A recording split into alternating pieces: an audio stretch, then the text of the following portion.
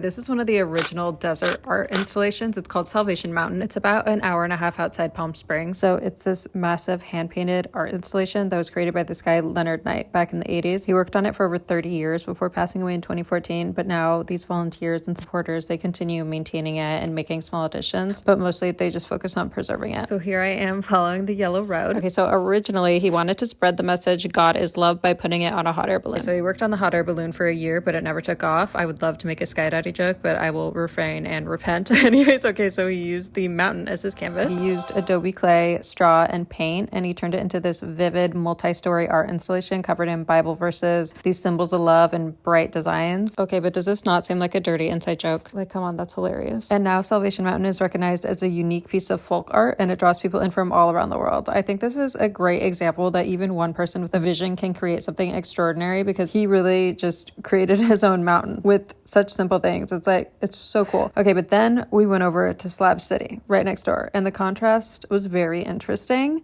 I know people are really torn both ways on Slab City, but I'll get to that later. So Slab City is known as the last free place in America because there's essentially no rules, no governance, no infrastructure, no electricity, water, trash. It's all public land, so it's free to stay there. So we just drove around and then went to the library. It was like an outdoor library. So you can see here's a quick little tour. It's definitely the first time I've seen something like this. It was very different. It kind of gives me Mad Max, Burning Man vibes. It looked like it was made for a movie set or something. I think it's cool to see once, but I'm not going to recommend that women go alone. I felt totally safe while I was there, but I don't know if I would have felt that way if I wasn't with a 6'4" male. But that's just the joys of being a woman. So if you've been, share your experiences below because I want to hear it.